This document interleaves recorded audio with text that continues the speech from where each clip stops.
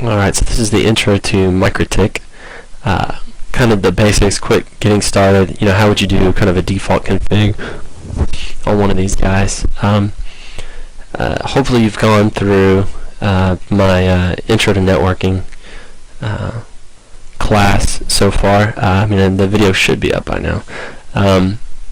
To kind of get some foundations. Hopefully you have kind of a CCNA level foundations, what I'm kind of shooting for with this, because I'm not going to spend a lot of time on theory. I'm really just going to jump right into configurations. And also, even within these slides, I'm going to kind of skip around. So a lot of the basic stuff, I'm just going to kind of move past it, try and keep this class as short as possible. So, let's see. Starts out, my slides, terms used, blah blah, you guys know all that good stuff. Connecting the router, that's what I'm going to start with. And so there are a couple of ways to connect. One, with most devices you have a serial option, except for like the 750. RB750 doesn't have a serial port, nor does I think one of the 411s, the really inexpensive guy. Default password is admin, no. Rather, default username is admin, no password. And so this is the command line interface, which is really great. You want to move around. Question mark will show you kind of a list of all your options. The light blue is going to be folders. The purple is going to be commands. So if you want to look at the IP address, and then print. Instead of show like in Cisco, it's print. And so you can see I don't actually have any interfaces. I believe this guy's a 411 that I'm plugged into right here, my wireless AP. And you can also connect with Winboxes, which is the tool that most people are going to use. You hit this little box with the triple dots, and it'll look for all the devices, all the mikrotik devices on your directly connected subnet. I want to connect to this 750 right here. Connect. As you saw, I chose the MAC address, and what that's doing is connecting with MAC telnet, what it's called. So it actually just does layer 2 to the device, which is super handy. If for some reason a firewall rule you lock yourself out, a lot of times you can still plug into the same directly connected subnet and MAC telnet into this guy. So it gives you kind of a back door. Or, if you're going to do something that's completely a wireless bridge, you don't even have to put an IP on it. It doesn't even have to be manageable. You can just MAC telnet in from the closest router. So let's see. You've also got your normal options, your SSH, your telnet. So you can usually connect. You can connect in a multitude of ways. You can even do FTP for file transfer. Let's see. Oh yeah, and for that triple dot trick I did, to be able to see that, guys, you have to have IP neighbors enabled on that interface. Just a little tip. If you've turned it off, you have to turn it back on to do that little trick. By default, it's on. Let's see, the first real command in here I have listed is safe mode. So I'm going to tell you about that really quick. You open a new terminal, Control X puts you in safe mode. You see safe mode taken popped up right there. What that does is that allows you to make changes to the router. And if for some reason you make a routing change or something like that where you get disconnected and Winbox completely fails, it's going to revert all the changes you did up until the point where you went into safe mode. So it'll revert and you'll still be able to get back into the device, which is really great. It saved me several times, but it's also hosed me up pretty good a couple times too. That being, before I've had some VPN problems. So I went into safe mode, I tweaked, made some changes here and there, blah blah blah, and then finally got it working. And so when I was done, I just went up here and clicked the X. So what that does is that's considered a disconnect. You have to remember to go back to your terminal, Control X to release safe mode. So just be mindful of that if you're going to use safe mode, which I'm sure most of you will.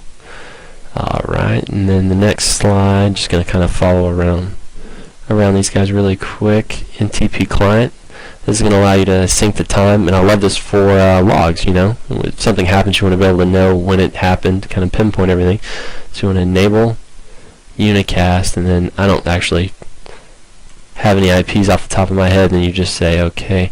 You're also going to want to go to system clock right after that and put in your time zone. to make your time as accurate as possible.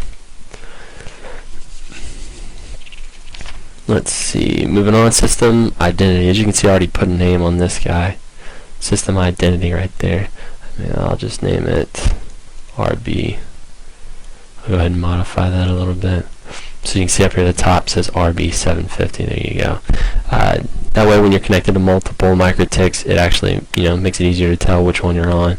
And also when you pull an IP via DHCP from another machine, the host name that shows up is going to be that one right there. So that's system identity. System users. This is where you can set up a multitude of user accounts right here. By default it's admin full. You can add additional users, add additional groups, and then assign rights to those groups, what they can actually see and use. Let's see, system logging. This is very important because this is kind of your insight into what's going on. If you're having a specific problem, you can enable that logging for that specific type of problem. So like you're doing VPN, one of the first things you want to do is topic IPsec action to memory, and you say okay.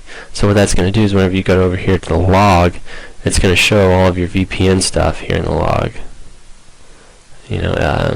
All of your phase negotiation, any problems that are going on in there, it's all going to show up in this log. Really, you can see pretty much every action shows up in this log. Another thing you're going to want to do is, what I usually do is I set up one as UPS, because I never plug a UPS into these guys. I say UPS, and then I hit this little tick right here, which means not UPS, and I send it to remote. I say okay, and then I go actions, and then remote right here. I set this as my cacti box. I run cacti easy, which can be found from cactiusers.org. It's a great open source monitoring project. I use it in pretty much every site I do consulting for. I install it, or I'll run them off my hosted cacti server. What it basically does is it'll dump all these messages to the syslog server, and you can alert, or you can go back in time and see what happened, all that good stuff. DHCP client pulls IPs, server hands out IPs, somebody's trying to log into your server and they're failing authentication. All of that information can be dumped back, which can be extremely useful, especially when it alerts you at 2 in the morning that somebody's trying to break into your router. Let's see, DNS server. This is a nice one for a site. Sometimes you can have the appearance of running your system a little bit faster. Let's see, settings, allow remote requests right there. First you're going to put in your DNS servers, but then allow remote requests will allow clients on the inside to actually query you, and you become a caching DNS server right there. So it'll actually speed up DNS requests, or it'll speed up DNS requests because it'll be able to cache them locally as opposed to you having to go out and pull every time. Plus, you'll also be able to add in some static DNS entries if you want to. Alright, so I'm going to show you my basic diagram. This is kind of this guy right up here. This is the guy we're going to use to model our little config on the 750 Opter. So, what I'm going to do is I'm going to kind of loosely follow these slides, just because I like to buck the system a little bit. So let's see if I can squeeze this down a little bit. There we go, so you can still see them. Kind of arrange this stuff. So what am I going to do first? I'm going to put IP address. I'm going to add some addresses. This is going to be that outside interface, and he is 1.1.1.1 /30. Now you can fill out the network and broadcast store right there. You can do the slash notation and hit apply, and it'll fill it out for you. And I'm lazy, so that's the way I'm going to do it. I'm going to make that Ethernet 1 indeed. Add me a new one. This guy's going to be 192.168.1.1/24. And we'll just make that Ethernet 2. Why not? Apply. Okay, so we got our 2 addresses. Now, the next thing you're going to want to do is, well, yeah, I've got it in the slides in there. If you have like a DSL provider that's providing you a dynamic IP, you're going to want to run the DHCP client on this guy. So you go IP DHCP client, as you saw. You specify the interface if it was, you know, outside, and then you can. There's a few options in here to make note of: pure DNS, pure NTP, and add default route and administrative distance for that route. By default, you don't have to touch any of that stuff. You can just say OK and go, and that's great. But I also use this DHCP client option looking for rogues in our apartment complexes.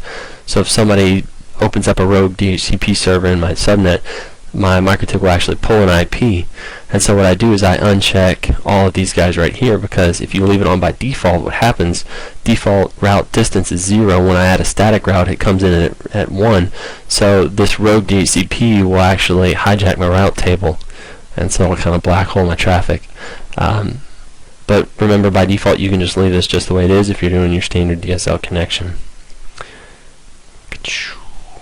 So routes, IP, routes. Here we are. You see a couple of routes popped in because I configured IP addresses on those interfaces. So there they are.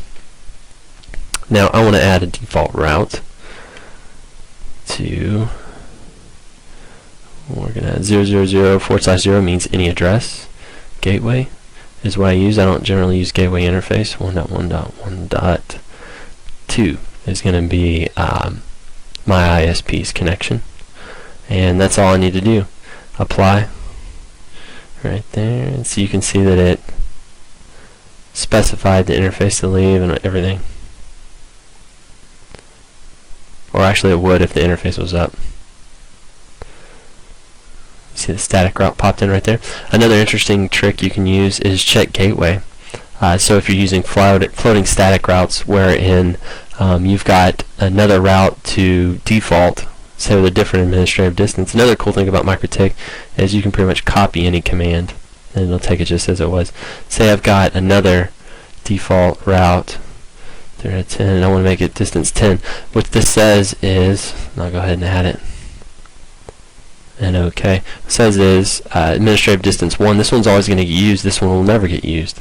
If this one falls off the face of the earth, then this one will actually start being used. And let me plug in these interfaces so you can see these routes come up.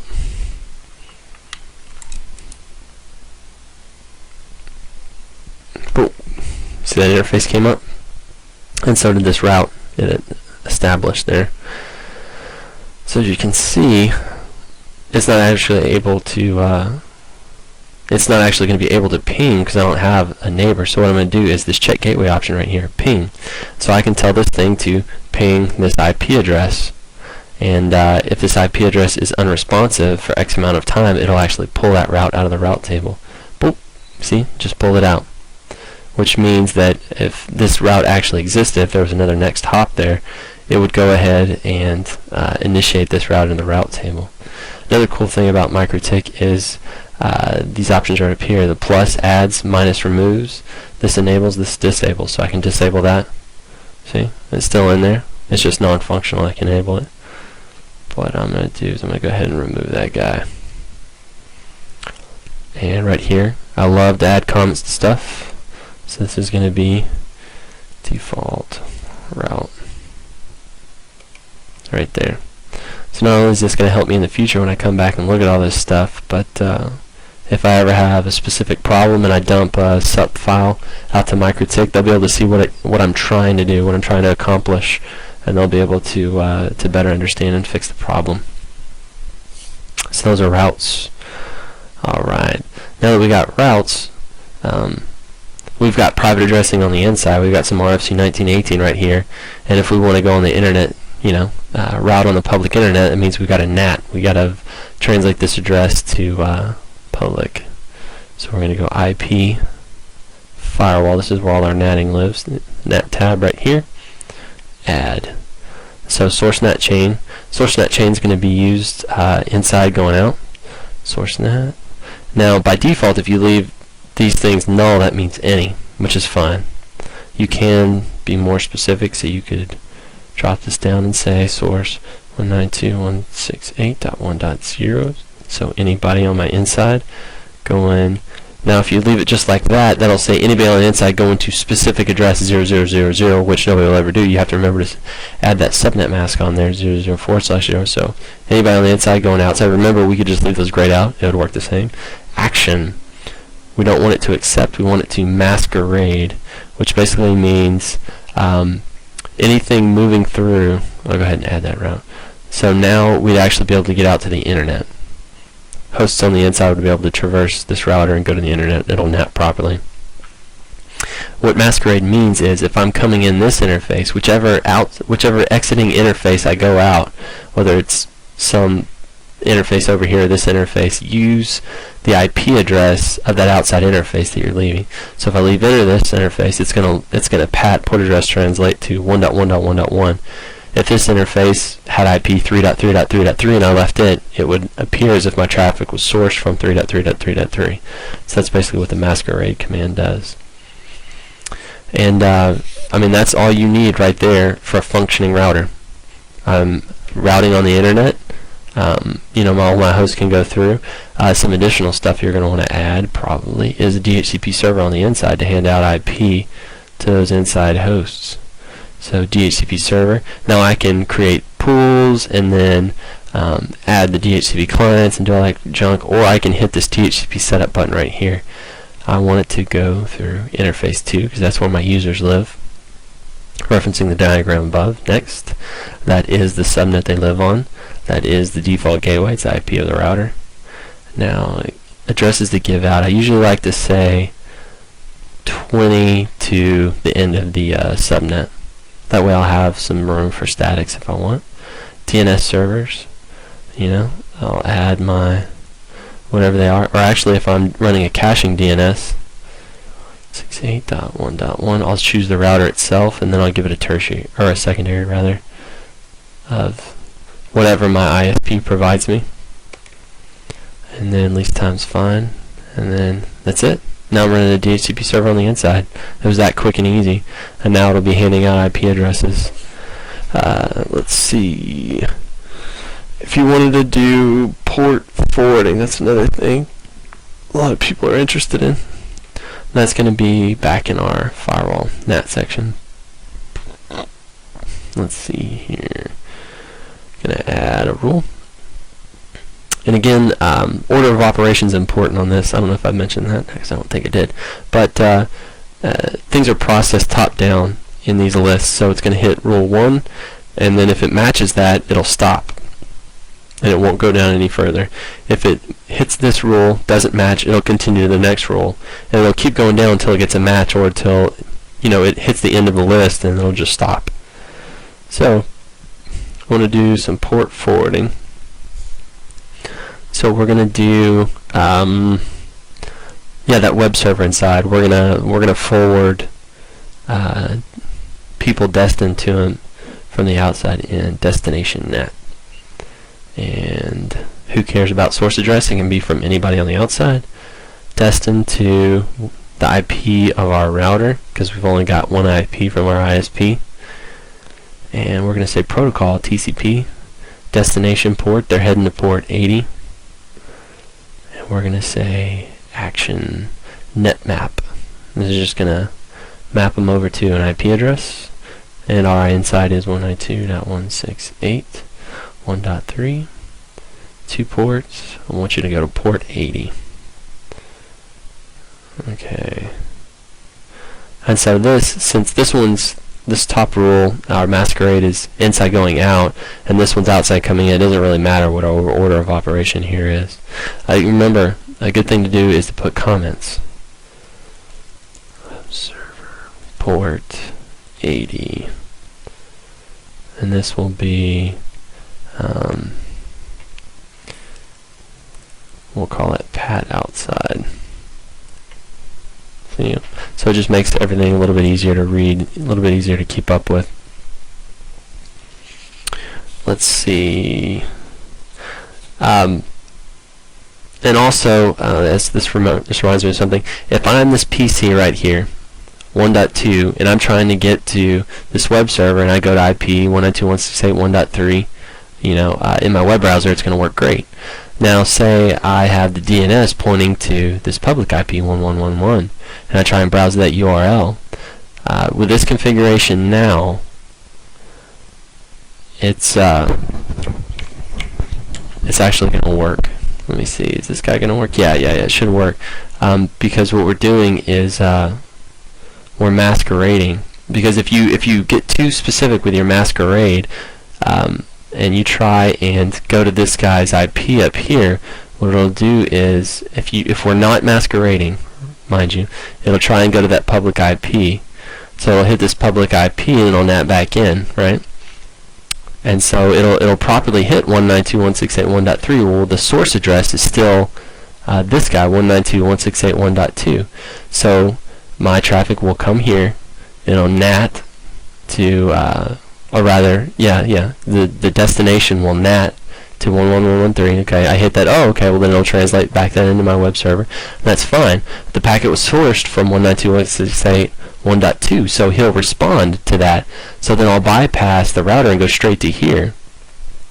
And so I requested out my TCP session to 1111, and 192.168.1.3 answered. So my three-way handshake won't complete because it didn't come back from the right source. So you always have to remember to masquerade. If you're going to hit these public IPs from the inside like that, you've got to remember to masquerade your traffic properly. That way, whenever I leave, I look like I'm coming from the router. So if I masquerade, you know, 192.168.1.0 to anybody, which is what we want, it'll come in here, and when it exits that interface, it'll look like it's coming from 1.1. So this guy will respond to 1.1, and then he'll translate back to his source address. When it's heading back to me, will be 1111 again, and so the TCP handshake will complete. And that's probably a little outside the scope of this, but threw it in there. Hopefully I thoroughly confused you. Let's see. And that's it for kind of your standard configuration on a router.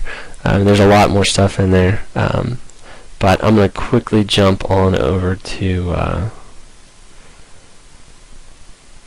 this guy. I'm going to jump over here to the wireless router. Let me put an IP on him real quick. Add address. Yeah, so let's put 68.1.10 on him, /24. We should be able to specify interface as ether1. Let's print. So that's enabled. You can see it. So we should be able to connect to him with Winbox now. Let me do my little quick trick. 10 and connect. Yeah, there we are. It's a 411A, that's what this guy is. And so, just quickly, you've got the difference with this guy as opposed to 750 is obviously he's only got one Ethernet port and he's got a wireless card in him. And so the wireless tab exists by default and your wireless is disabled right there. So we come in here, you can name the wireless card. I usually like to leave these guys default just for simplicity, because I always, you know, moving from router to router, I like to quickly say ether1, ether2. Wireless. Here's your modes. Your station mode is your default. I've got all the different modes listed there, but really the two I use most are AP bridge and station. And occasionally, if I want to do kind of like a wireless bridge, I'll do station WDS as well. I'll do some WDS in there.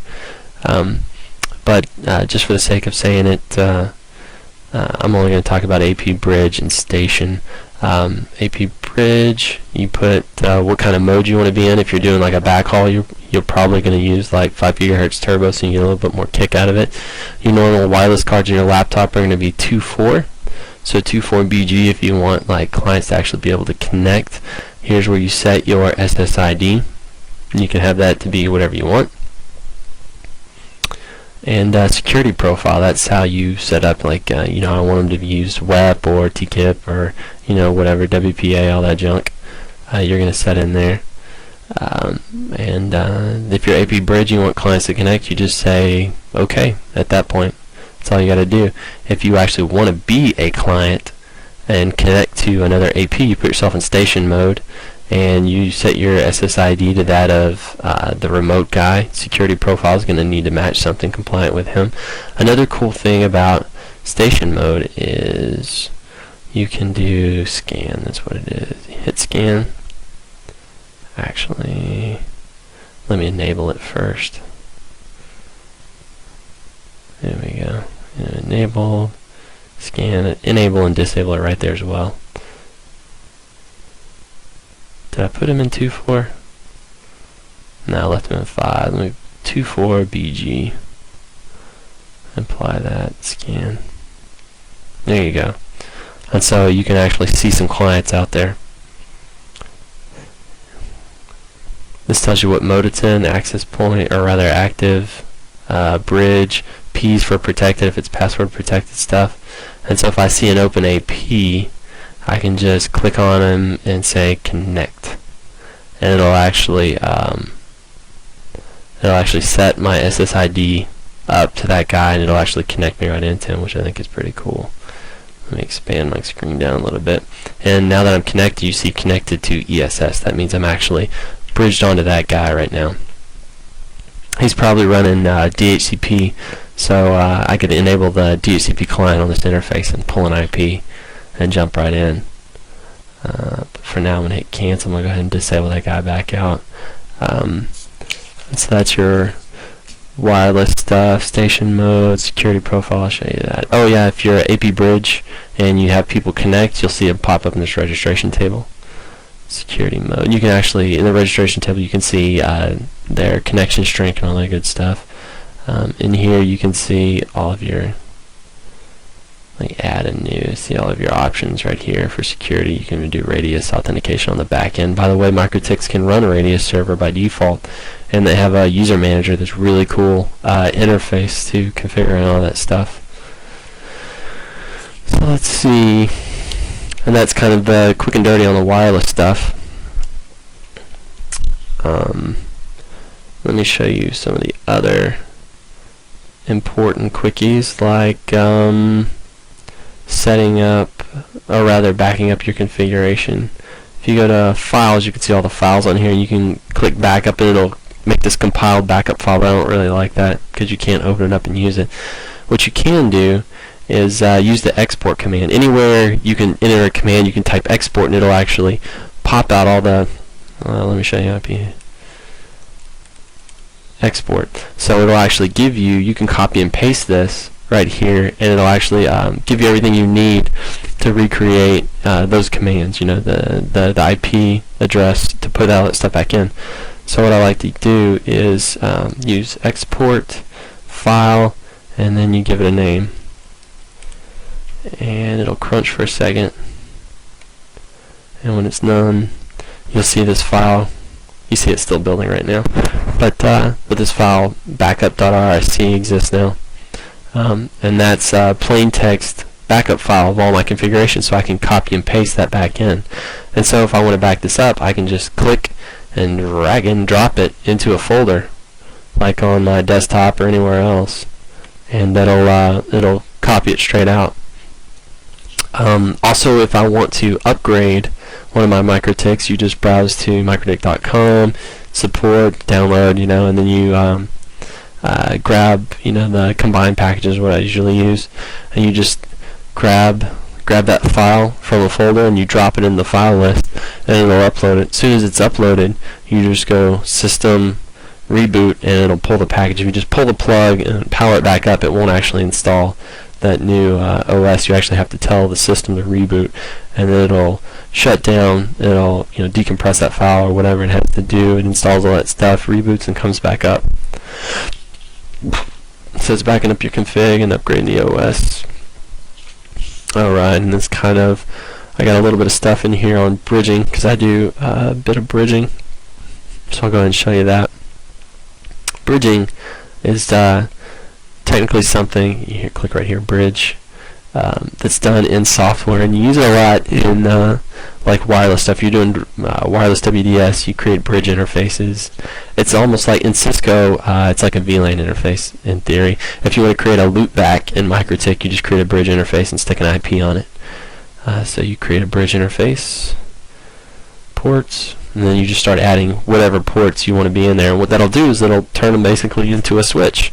The only problem is, like Ethernet, say 5, I want to add to bridge 1. Just say OK. And Ethernet 4, I want to add to bridge 1 as well.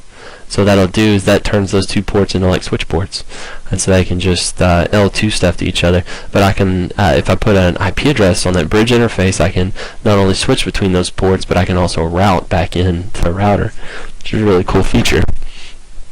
The only problem is that's all software based, so it means the processor has to handle all that stuff. With some of the newer well, not necessarily newer, the 150s, the 450s, 450Gs, the 750s, and I think like the 493, like that 9-port guy, have switch chips built in. And so what you can do is you can go into interface, and instead of creating bridges, I'll just disable that bridge. You can go in and you choose a master port. So whichever port you want to be master. We'll say we want port 5 to be master. So I'll go into port 4 here, and I'll say master port is port 5. And when I do that and say OK, it turns it into a switch port, only instead of being done in software, it's all done in hardware. So the processor doesn't get involved. Now what that also means is port 4 can't be anything but a switch port. I can't put an IP on it, I can't add it to a bridge or any of that stuff. Wherein, like if I have a bridge interface and these ports are on that bridge interface, I can still put IPs, I can still do crazy stuff with them. Wherein if I make, or if I take advantage of the switch chip and they're those switch ASICs, I can't do anything with it except for use it as a switch port anymore. Now at port 5, if he's the master port, I can put an IP on him, I can do all the crazy stuff with him. So, I mean, it's a trade-off, but I don't think you're really losing anything there that I've run into. And you see I'm running version 3. It's still a little early for 4, I think. But it's a little early for 4, but it'll work out. They'll work all the bugs out pretty soon, and I'll be moving up. There's supposed to be additional switching functionality in there. So bridging configuration. So if you want to do like routed interfaces, well, no, VLAN interfaces is what I meant to say. I'm sorry. I was looking at my notes down here. VLAN interfaces, from the interface you can add VLAN right there. You can name it whatever you want. Usually you want it to make sense, so if it's going to be VLAN 10, name it VLAN 10, and VLAN ID right here. Interface, what interface is this attached to? We'll say it's interface 5. Okay, you see it pop down there. Now what this basically does is that just turns it into a switch port, capable of carrying VLAN tagged 802.1q packets. So if you have like a switch that's set to trunk, you can run multiple VLANs across it, and then this VLAN interface, I can actually create like a bridge interface and bridge multiples of these VLANs across ports. So if I wanted that to carry through to another switch, I could do that, and then I could put an IP on that bridge interface. I mean, it's basically just a whole additional interface you can do whatever you want with. Pops up in here in the interface list, so you could actually assign an IP straight on that guy if you wanted to. So you could route VLAN traffic right there. And you could add multiple VLANs on the same port if you want to. So if you wanted to add VLAN 100 as well. Whoop, add it to the wrong interface. Cool thing about this, you just double click, drop down, put it on 5, you say OK, and there he goes. Easy peasy. Let's see, that kicks on .1q trunking. So let me just run through some of the tools real fast, man, and that'll be it. We'll be out. Put a bow on it. Obviously, you can tell there's a whole lot of functionality still left in here that I haven't touched. Let's see, IP scan, I use that occasionally. If I'm having problems, that'll actually, you can specify an interface and an address range, you know, IP/net mask, and it'll, let's see, port 2, I think is the port we got this stuff configured on. 192.168.1.0 is 24. And it'll scan that subnet looking for IPs. See, there you go, give you the MAC addresses and everything. And then, you know, if you're having problems with something, you can scan a subnet, and then you can come over here to IP ARP, make sure they're popping up in the ARP table, all that good stuff. It's just, you know, your basic troubleshooting tools. I use IP scan. Let's see, I use torch. Well, I use ping a whole lot, obviously. When I'm testing, I do a whole lot of IPsec stuff, so I use ping extensively, because I'll ping something on the remote gateway. Say they're 192.168.2.1. That's the subnet through my IPsec tunnel on the other side. Then I'll specify the inside interface to come from. That way, it'll source the traffic from the inside, so that it looks like interesting traffic and will actually traverse the tunnel. So I use that a lot. Let's see, we got, oops, accidentally hit radius there. Tools, torch, this is another good one that I use occasionally. And this is going to be like TCP dump in Linux. Is basically what this equivalent is. You're able to put in interface, source, destination. You can get protocols, ports, all that good stuff in there. And you can have it sniff just to see what's going on. So, you know, if you're working on firewall rules, or again some IPsec stuff, you'll be able to see, you know, is it actually entering my router, is it traversing my router, all that good stuff. So it kind of gives you some additional functionality there. Let's see, bandwidth test, I like that a lot too for testing stuff. Tools, because you have bandwidth test server, which by default is enabled. But it's enabled for authentication, so occasionally you'll get script kiddies out there will hit the port and you'll see a failed authentication of some weird garbled stuff. So you'll want to disable that, which that's going to be in my security one as well. But tools, bandwidth test. What this allows you to do is put in your destination mikrotik, choose the protocol you want, direction, and it'll actually do a bandwidth test. You know, if you just leave it unrestricted, it'll pull as much bandwidth as it can. So it's a good way to see how much throughput you can get through your stuff. They also have a Windows client that'll allow you to connect to these bandwidth test servers, but I've seen that to be somewhat unreliable just because of the Windows operating system. And you got your normal traceroute utilities in there. Let's see, you can telnet. So if you're on, here it is, telnet. It'll actually allow you to telnet or SSH, but you can also MAC telnet to another mikrotik. Get the drop down, and there's all the other guys he sees on that subnet. So then you can just MAC telnet straight to another one. It gives you command line interface over there too. And the last slide is going to be some resources to my blog, to Cacti. If you've never used Cacti, Cacti Easy, it's completely free, and it monitors everything you can think of. I hope you enjoyed this. I know it was a little light, but I plan on offering several of these, you know, with kind of directed content. So hopefully I'll get to one you're more interested in soon, if this one didn't do it for you.